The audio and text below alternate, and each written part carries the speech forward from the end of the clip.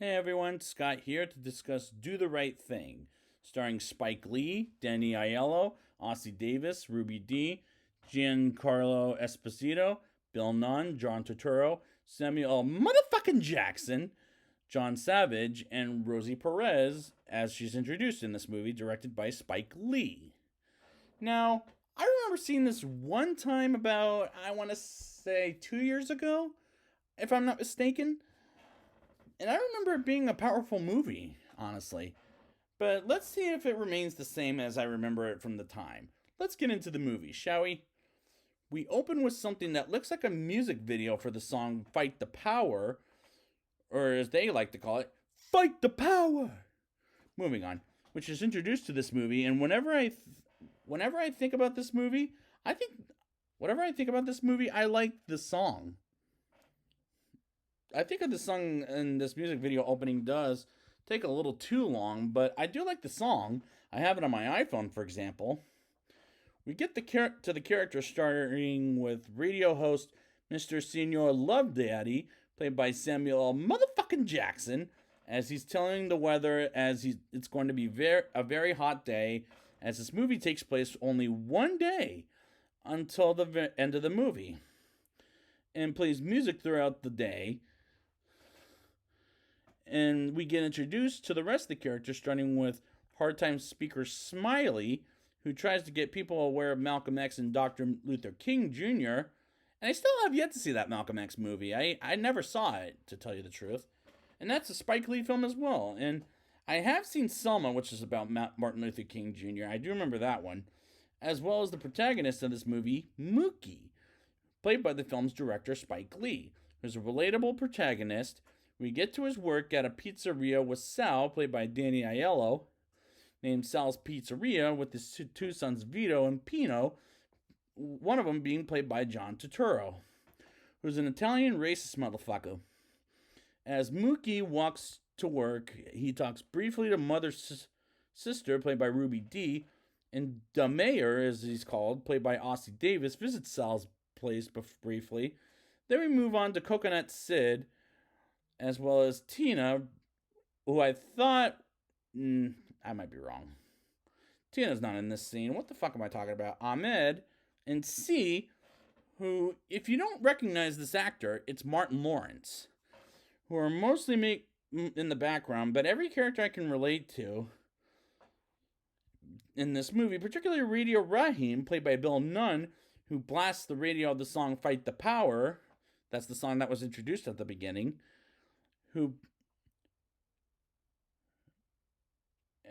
Which was introduced during the opening credits in this movie, has soul, as the characters are relatable, and I do enjoy the plot, and I'm a fan of movies based on African Americans, like, for example, Barbershop, Straight Outta Compton, for example. I do love those two movies, and I have yet to see them again. Some African American kids and adults play with the fire hydrant water, playing around as a man gets soaked in his car, and the cops come by and question the witnesses and lets them go, while the man with the car wants them arrested for soaking him in his own car. Meanwhile, Mookie and Vito deliver a pizza to Mr. Senior Love Daddy, and I just love Sam Jackson.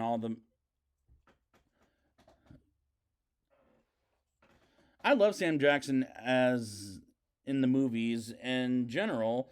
Then we move on to Radio Raheem versus some Mexicans, I'll say. Sorry to be racist there, but I don't mean to be. Who has better taste in music, who thinks they have better taste in music, and whose radio is the loudest, which was kind of funny. Bugging Out, played by Giancarlo Esposito, wants to boycott Sal's Pizzeria and gets his new $100 sneakers stepped on by Buggin. And Buggin, is pissed at the white guy who was born in Brooklyn, goes back to his place as he purposely stepped on Buggin's sneakers.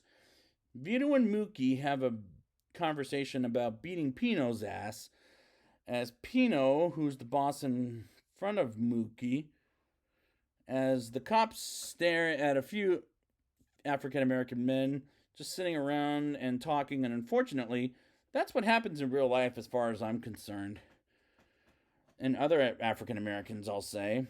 And this message spoke to me even today. And this movie came out in 1989. And I feel bad for these African Americans like Eric Garner and, I don't know, Breonna Taylor and others who were killed by aggressive police officers in real life. Can I just say, I love Radio Raheem's hand as gold and says one love on one side of his hand and hate on the other side. That's so iconic for this movie, in my opinion. Mookie is on a break and takes a shower. Meanwhile, the weather is so damn hot that everybody is sweating their asses off. And I really like the way the movie's shot. And I really enjoyed the dialogue Spike Lee writes for these characters, as he does a great job telling a real-life story. Pino has an anger issue as he tries to get Smiley away from the pizzeria while he wants Sal to sell the place, as Bugga now tries to get a petition going to boycott Sal's pizzeria, as he talks with Jade about why he's boycotting Sal's pizzeria, and Jade goes into Sal's, and Mookie senses Sal hitting on Jade, and Mookie doesn't want her to come back to Sal's because he was hitting on her, as he's jealous I've got the impression of. The movie is smart, powerful, and makes me want to watch more Spike Lee films. The mayor saves Eddie's life, and his mother hits him because Eddie tells a lie about... And Eddie, who's a kid, by the way, tells a lie about the situation as he makes up the mayor shoving him on the side of the road, and the mayor tells the truth. This is great dialogue. I'm sorry, I'm just going to put it out there. Pino beats Vito's ass in the pantry at the pizzeria as Pino is an asshole to his brother. Radio Raheem, Bugging Out, and Smiley prepare to go to Sal's pizzeria as they're about to close up for the day. Who arrives first? C and his gangster friends, and they kick in the door to demand Sal to remove the Hall of Fame pictures of African American legends, and Sal calls them the N-word, which is not one of my favorite words, by the way. So please don't make me say it. And Sal smashes Radio Raheem's radio to the pieces, and they start to fight outside as they gather up, and the cops arrive to stop the fight. As Buggin gets arrested, Radio Raheem gets choked to death, like Eric Garner, sadly, did, where he can't breathe. And the officer continues to strangle the life out of him.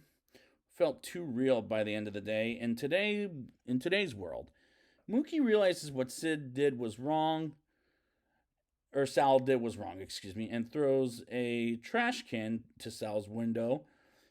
And the angry African American mob destroy the place and chants radio as Sal's burns down to the ground. The next morning, Mookie asks Sal to get paid like he did this whole movie, and Sal pays him abusively by throwing the fucking money at him, and this climax is sad, and unfortunately there are some people who are completely racist motherfuckers, as it felt like the world today. But it's a powerful message for African Americans to fight the racist motherfuckers. Now it's time for the rating. I'll give this movie a 8.9 out of 10. This is a powerful, smart, and has some great dialogue, and I do like the song Fight the Power, as it feels like people should be helping African Americans against racist motherfuckers or aggressive cops, but sure as hell hit me very hard at the end of the day. It was a very, very real, and this is a movie that should be seen by anyone that's not racist whatsoever. This is great dialogue by Spike Lee. Highest of recommendations. So I'd like to thank you guys for joining me, and until I decide to do another Spike Lee movie, fight the power!